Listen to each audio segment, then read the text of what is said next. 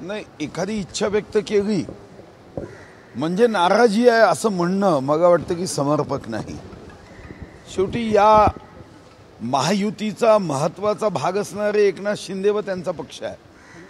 त्यांच्याही काही कार्यकर्त्यांसाठी, स्वतःच्या आमदारांसाठी काही इच्छा व्यक्त करणं हे गैर आहे असं मानणाऱ्यापैकी मी नाही. सध्या माननीय मुख्यमंत्री महोदय हे दावोसला गेले आहे आणि दावोसवरून आल्यावर या संदर्भात का निर्णय स्वतः मुख्यमंत्री महोदय, स्वतः उपमुख्यमंत्री महोदय आणि आमचे मंत्री व प्रदेश अध्यक्ष बावनकुळेजी हे एकमेकाच्या संमतीने, सहमतीने आणि चर्चेतून निश्चित करतील. पण नाराज आहे असं म्हणणं मला वाटतं की हा शब्द योग्य नाही अशा कोणत्याही गोष्टीच्या संदर्भामध्ये मत मांडताना.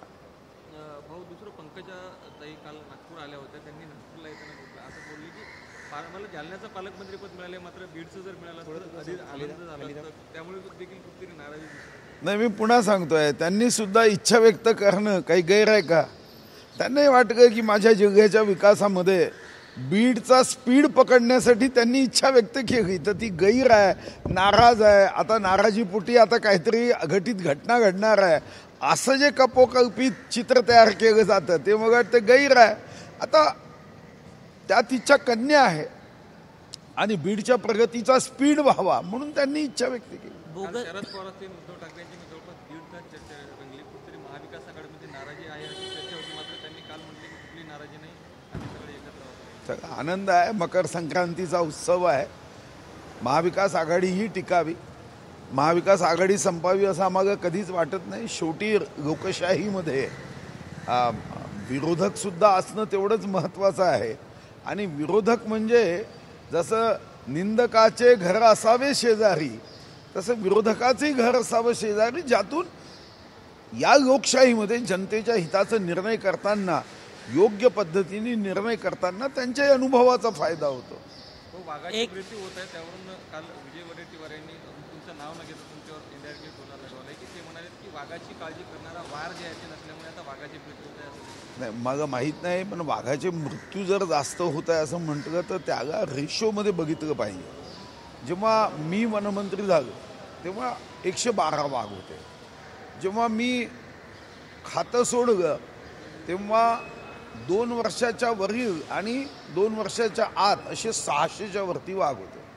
आता 112 वाघ असताना समजा वर्षाला 10 वाघाचा मृत्यू असेल तर आता वाघाच्या मृत्यूची संख्या नैसर्गिक रीतीनेच वाढणार आहे. कारण एका वाघाचं साधारणतः जर आपण जीवनचक्र बघितलं तर ते 12 वर्ष ते 15 वर्ष आहे. आणि म्हणून आपल्याला आकड्यात जर गेलं तर कधी कधी असं वाटतं की जास्त संख्या झाली.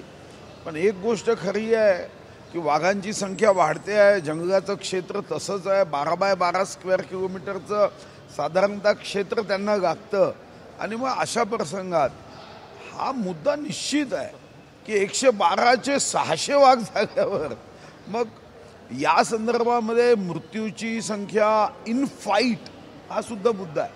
म्हणजे ते वाघ दुसऱ्या वाघाच्या परिक्षेत्रामध्ये जेव्हा जातात तेव्हा इनफाईट होते, तेही मृत्यू वाढले आहेत. मला वाटतं की एकंदरीतच याचा विचार जो आहे तो आपण स्थानांतरित करण्याचा विचार केला होता. आणि तुम्हालाही माहिती आहे की नवेगाव नागझिरामध्ये आपण 2 वाघीण सोडल्या. सह्याद्रीचा प्रस्ताव केंद्राकडे तसाच प्रलंबित आहे. केंद्राने सुद्धा आता वेगाने यावर निर्णय करणं गरजेचं आहे. आपण मधात ओरिसाला वाघीण दिल्या. सध्या तर आपल्या सरकारचं धोरण आहे वाघ पाहिजे का वाघ, आणि म्हणून मग देशामध्ये ज्या राज्यांना वाघ हवे आहे त्यांना आपण देतो. मधात राजस्थानमधूनही 4 वाघिणीची मागणी आली होती. आता त्या संदर्भात पुढे काय झालं मला माहीत नाही. सर, बोगस पीक विमा किंवा अर्जामुळे 1 रुपया पीक विमा समिती बंद करावा अशी पीक विमा समितीच्या अध्यक्षांनी मागणी केली आहे, काय सांगाल?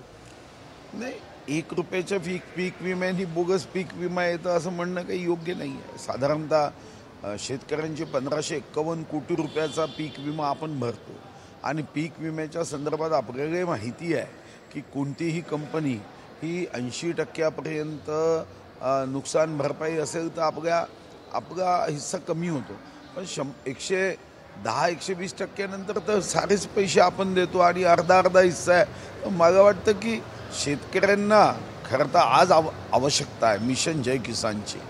मी तुम्हाला विश्वासाने सांगतो की या क्षेत्राकडे जर आपण गंभीरकडे लक्ष दिलं नाही आणि शेतकऱ्यांच्या मुलांनी शेती करणं हे जर सोडून दिलं तर तुम्हाला सोनं इम्पोर्ट करण्यासाठी जेवढे पैसे लागत आहेत ना त्याच्यापेक्षा 10,000 पट अन्नधान्य इम्पोर्ट करण्यासाठी लागतील.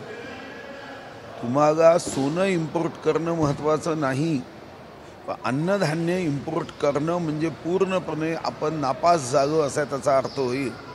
आणि म्हणून या अगोदर आपण बघितलं आपल्याला मिळो आणावा लागला, ही काही गाजीरवाणी गोष्ट होती. 1956-57 आपल्याला अन्नधान्य आयात करावं लागलं. आजही जगामध्ये 10 एक्सपोर्ट करणाऱ्या देशामध्ये आपलं नावच नाही आहे. आणि म्हणून आपल्याला अतिशय काळजीपूर्वक मिशन जय किसान करण्याची आवश्यकता आहे. आणि मिशन जय किसान करताना कोणताही निर्णय हा घाईघाईनी धरसोडीच्या वृत्तीने करता कामा नये. उद्या शेतकऱ्यांना 4 पैसे जास्त जात आहे म्हणून काही लोकांच्या पोटात दुखायचं का? शेवटी चुका कुठं होत नाही. आता उद्या कोणी म्हटलं की या विभागामध्ये करप्शन आहे म्हणून विभागच बंद करून टाका, असं होतं का? तुम्ही 1 रुपयाच्या पीक विम्यामध्ये एखाद्या गावात एखाद्या ठिकाणी जर गैरप्रकार झाले असतील तर त्याला कडक शिक्षा करा. हा काही मार्ग नाही आहे की सर्व पीक विमा हा विषयच बंद करायचा. मला वाटतं की हे योग्य होणार नाही. आणि आता तर काळजीपूर्वक आपल्याला शेती या क्षेत्रात काम करावं लागेल. मी काही गावांमध्ये जेव्हा भेटी देतो तेव्हा लक्षात येत आहे की भविष्यामध्ये अन्यथा या देशाच्या अन्नधान्य निर्मितीमध्ये अंधाराशिवाय काही शिल्लक राहणार नाही. हो, अक्षय शिंदे एन्काउंटर प्रकरणी काल कोर्टाने जे आहे ते पोलिसांना दोषी ठरवलं. त्यावरून जितेंद्र आव्हाडांनी टीका केली आहे की कुठेतरी न्यायव्यवस्थेने परभणीचे सूर्यवंशी असतील आणि अक्षय शिंदे असतील यांची हत्या केली आहे असा आरोप. म्हणजे असं आहे, कोर्टाने याला काय दोषी ठरवलं हे मला माहीत नाही. जे महाविकास आघाडीचे लोक होते त्यांनीच बदलापूरच्या घटनेमध्ये जाऊन आरोपीला फाशी द्या, आरोपीला शिक्षा द्या आणि ही काय आता दुटप्पी भूमिका घेत आहे. म्हणजे राजकारण कोणत्या स्तरावर गेलं हे बघितलं पाहिजे. आता एन्काउंटर आहे की नाही हे तर कोर्ट बघेल, पण यांची भूमिका ही मात्र क्षणोक्षणी बदलत असते हे मात्र तुम्ही आम्ही बघितलं. हो, पर्यावरण विभाग प्लास्टिक मात्र मोठे जे विक्रेते असतात त्यांच्यावर कुठेतरी कारवाई होताना येत नाही. त्यामुळे कुठेतरी छोटे मासे प्रशासनाकडनं पकडले जातात, मोठ्या माशांना जिथे सोडले असतात. नाही, खरं तर मग अशा संदर्भामध्ये आपल्याला पर्याय द्यावा लागतो. कोणत्याही गोष्टीचा पर्याय न देता आता रविवारच्या बाजाराच्या दिवशी आम्ही कापडी पिशव्या वाटल्यात. मी स्वतः बाजारात गेलो. आता पर्याय द्यावा लागेल. आम्ही जेव्हा 3 दिवसीय international conference on climate change केलं त्याच्यामध्ये हाच मुद्दा होता की प्रदूषण आहे, पर्यावरणाचं रक्षण करायचं आहे, पण त्याला सोपी सहज स्वस्त पर्याय द्यावे लागतील. आणि आत्ता 3 दिवसीय कॉन्फरन्स घेतली. आता भविष्यातली देशव्यापी एक कॉन्फरन्स आम्ही घेणार आहोत की ज्यामध्ये जे रिसर्च करणारे लोक आहे त्यांना पुढाकार द्यावाच लागेल, कारण शेवटी पर्याय स्वीकारल्याशिवाय पुढे कसं जाता येईल.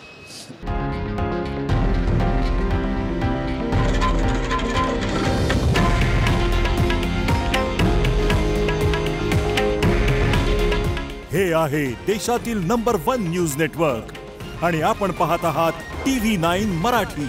काळजी तुमची, हित महाराष्ट्राचं.